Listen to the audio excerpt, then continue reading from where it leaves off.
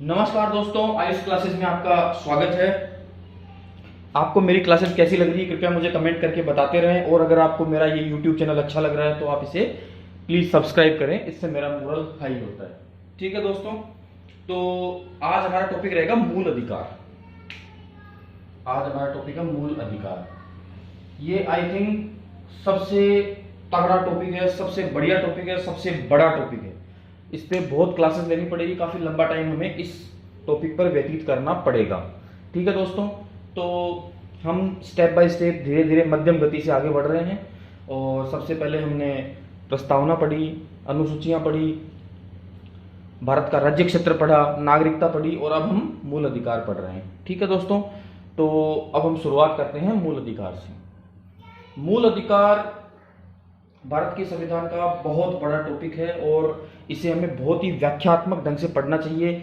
और दोस्तों, अब वो समय चला गया कि आपको सीधा सीधा आर्टिकल 14 पूछ लेगा, आर्टिकल 18 पूछ लेगा, ये सब नहीं आता है।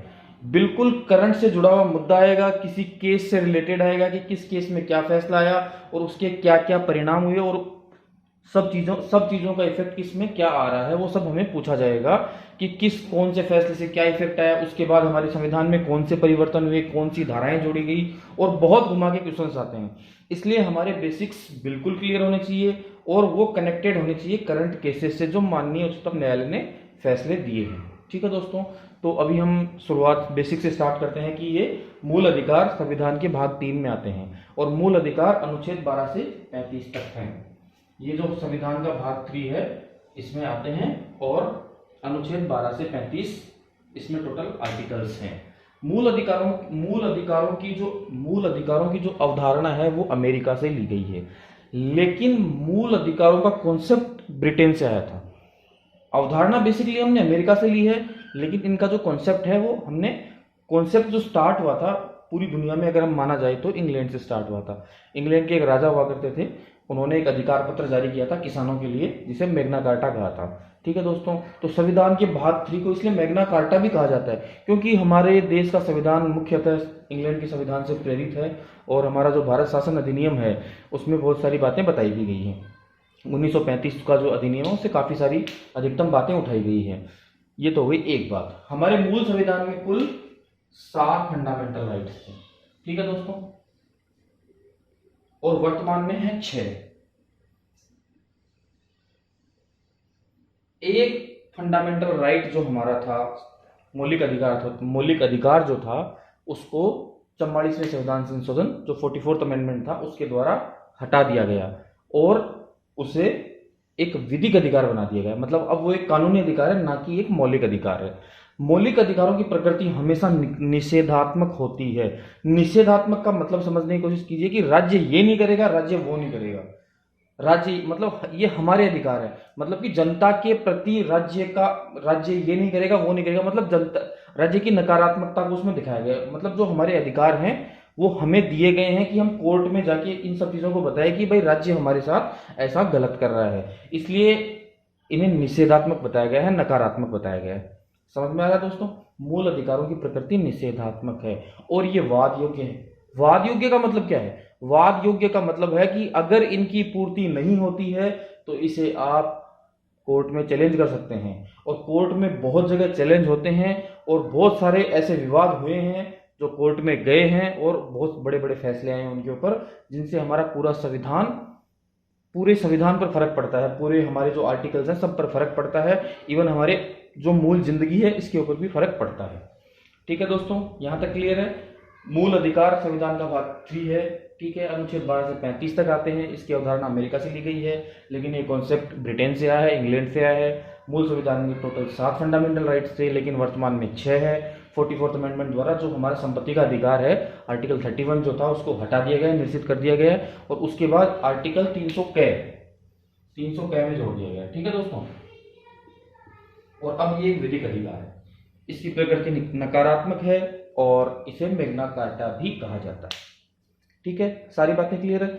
उसके बाद हम आते हैं आर्टिकल 12। आर्टिकल 12 से हमारी शुरुआत होती है। इसमें राज्य की डेफिनेशन दी गई है, राज्य को परिभाषित किया गया है। भाई राज्य होगा क्या, एक राज्य की क्या परिभाषा होती है वो इसके अंदर बताई गई है, और ये मैं पहले भी बता चुका हूं कि ये राज्य के विरुद्ध हमें प्राप्त होते हैं।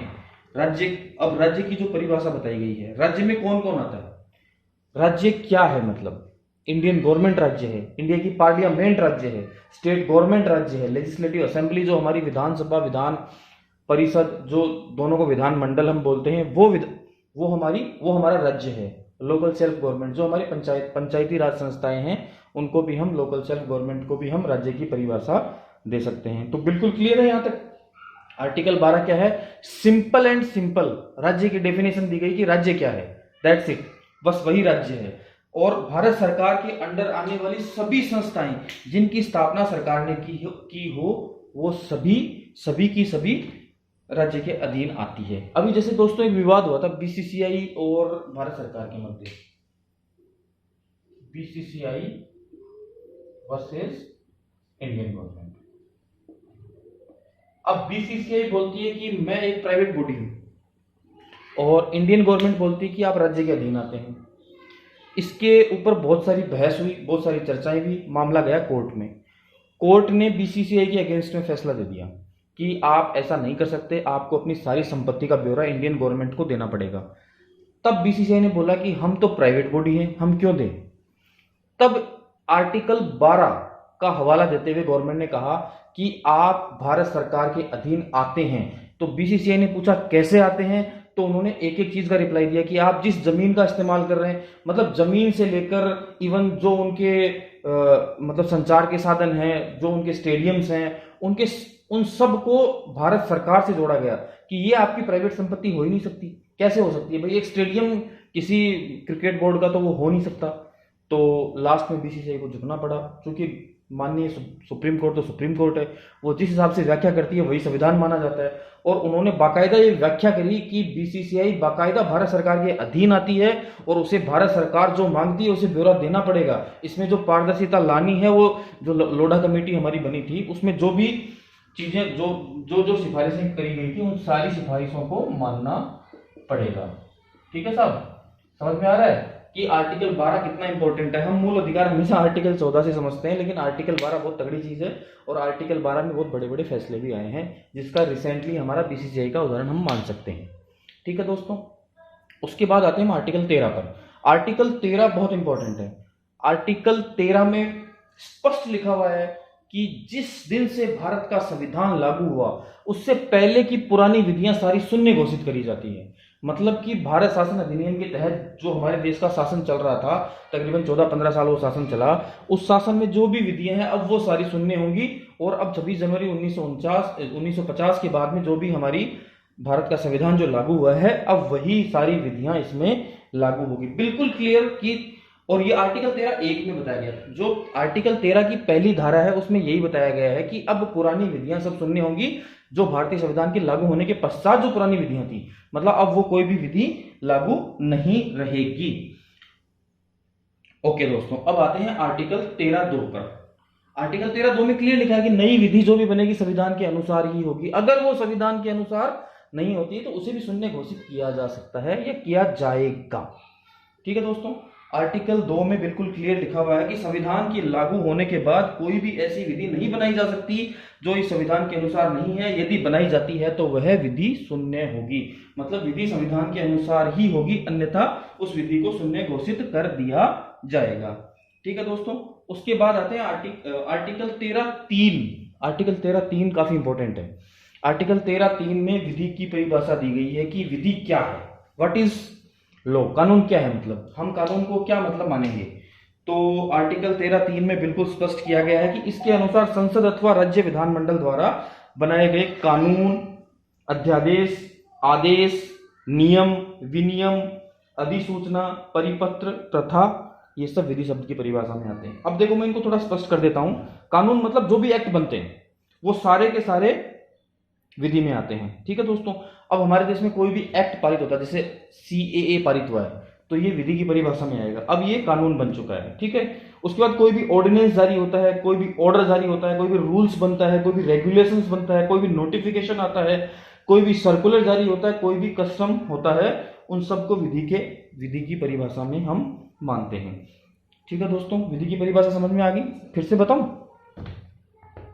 सिंपल सी बात है, गवर्नमेंट के द्वारा कोई भी रूल, आप साधारण भाषा में समझिए, कोई भी कानून अगर गवर्नमेंट के द्वारा बनाया जाता है वो विधि की परिभाषा में होगा। उसके प्रकार अलग हो सकते हैं, रेगुलेशन हो सकता है, रूल हो सकता है, एक्ट हो सकता है, ऑर्डिनेंस हो सकता है, कस्टम हो सकता है, कुछ भी हो सकता है, बस उसका थोड़ा प्रकार अलग है। बाकी चीज वही है कि गवर्नमेंट ने जो बोल दिया वो आपको मानना है, और वो एक मतलब सिस्टमेटिक वे में होना चाहिए। ठीक है, आर्टिकल 13(3) बिल्कुल क्लियर है, आई थिंक समझ में आ रहा है मेरे हिसाब से। उसके बाद आते हैं हम गोलकनाथ बनाम पंजाब राज्य। ठीक है, अब क्या हुआ कि इसमें एक फैसला दिया गया कि किसी भी कानून को कोर्ट में चुनौती दी जा सकती है। ठीक है, तो उस समय सरकार थी, सरकार ने बोला यार ये क्या है, किसी भी कानून को चुनौती दे देते हैं। चुनौती देने के बाद उसकी सुप्रीम कोर्ट व्याख्या कर देती है, और व्याख्या करने के बाद सरकार दबाव में आ जाती है, क्योंकि सरकार बड़े मेहनत से अपने वो बंदे जुटाती है और जैसे तैसे कानून पास करती है, और कानून पास करने के बाद में उसको चुनौती दे देते हैं, और कॉन्स्टिट्यूशन जो थोड़े दिन पहले बना था उसको बिल्कुल चुनौती दी जा रही है। तो सरकार ने क्या किया, जो गोलकनाथ बनाम पंजाब राज्य में जो फैसला आया कि किसी भी विधि को मतलब चुनौती दी जा सकती है, तो उसके खिलाफ सरकार ने आर्टिकल मतलब उस निर्णय को खत्म करने के लिए आर्टिकल 13(4) जोड़ा गया।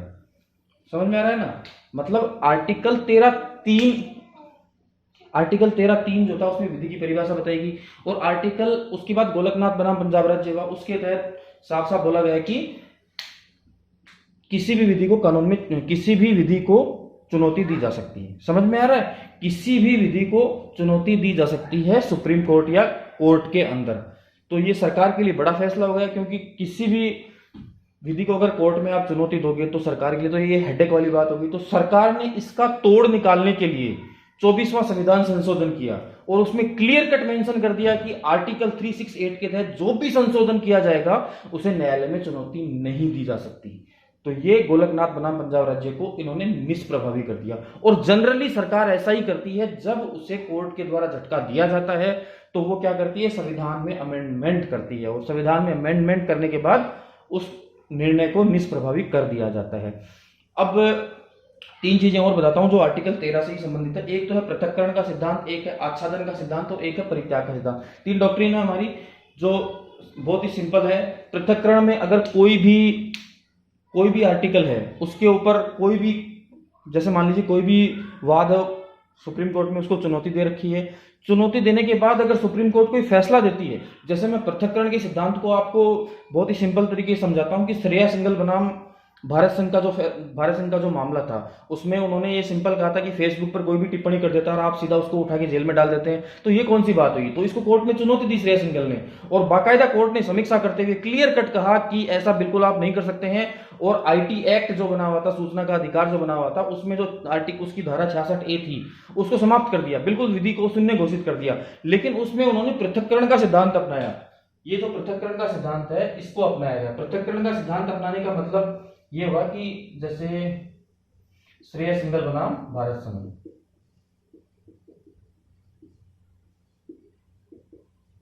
श्रेया सिंघल बनाम भारत संघ काफी विवादित मुद्दा रहा था ये, और इसमें कोर्ट ने बहुत जबरदस्त फैसला दिया, तो उसमें 66A को बिल्कुल समाप्त कर दिया। अब कोर्ट चाहती तो बिल्कुल आईटी एक्ट की धारा 66 को कंप्लीट समाप्त कर सकती थी, लेकिन कोर्ट ने बिल्कुल ऐसा नहीं किया, ओनली केवल 66A को उड़ा दिया उसने कि भाई 66A बिल्कुल आज से शून्य घोषित करी जाती है। ठीक है दोस्तों, तो पृथक्करण में मतलब किसी एक पार्ट को पृथक करके उसको शून्य घोषित कर देना। आच्छादन मतलब कोई जैसे एक्ट बना हुआ है या कोई कानून बना हुआ है या कोई धारा है, कुछ भी मान लो आप, उसके ऊपर अगर कोई एक सेम टू सेम कानून थोड़ा विस्तृत रूप में, मतलब पुराना कानून भी उसमें चला हुआ है और नया कानून उसके ऊपर और बना दिया जाता है, तो नया कानून उसके ऊपर आच्छादित हो गया, मतलब सिंपल सी बात है। तो पृथक्करण में बिल्कुल एक उस पार्ट को पृथक करके खत्म कर दिया जाता है, और आच्छादन में जो अगर नया पार्ट आता है उसको विस्तृत रूप जो होता है उसमें पुराना और नया पार्ट दोनों मिक्स कर दिए जाते हैं, उसे आच्छादन का सिद्धांत बोलते हैं, डॉक्ट्रिन ऑफ इक्लिप्स इसको बोलते हैं। और थर्ड है परित्याग का सिद्धांत। कोई भी व्यक्ति अपने मौलिक अधिकारों को नहीं छोड़ सकता। भाई सिंपल बात है, आप अपने मौलिक अधिकारों को नहीं छोड़ सकते, बिल्कुल क्लियर कट मेंशन है। आर्टिकल 13 मेरे हिसाब से क्लियर है। ठीक है दोस्तों, तो आज हमने आर्टिकल 12 और आर्टिकल 13 पढ़ा। वीडियो लंबा हो रहा है, काफी लंबा हो चुका है, दिन पर दिन वीडियो लंबे होते जा रहे हैं, तो अब मैं इस वीडियो को यहीं समाप्त करता हूँ। आर्टिकल 12 और 13 हमने काफी अच्छे से पढ़ा है, और आर्टिकल 14 से लेके बाद में हम अगले वीडियोस में पढ़ेंगे। ठीक है दोस्तों, आपको मेरा वीडियो कैसा लगा? अगर आपको मेरा वीडियो अच्छा लगा तो इसे लाइक करें, सब्सक्राइब करें। दोस्तों प्लीज रिक्वेस्ट है, लाइक करें, सब्सक्राइब करें, मोरल हाई होता है इससे। और वीडियो बनाऊंगा, संविधान का कोई टॉपिक नहीं छोड़ूंगा, जितने मेरे को सब्जेक्ट समझ में आते हैं मैं आपको सारे टॉपिक पढ़ाऊंगा, कोई भी क्वेश्चन नहीं छोड़ने वाला हूं, प्रश्नावली भी लेके आऊंगा। ठीक है दोस्तों, विदा लेता हूं ये कहते हुए कि आप प्लीज मेरे चैनल को लाइक कीजिए, सब्सक्राइब कीजिए। जय हिंद, जय भारत।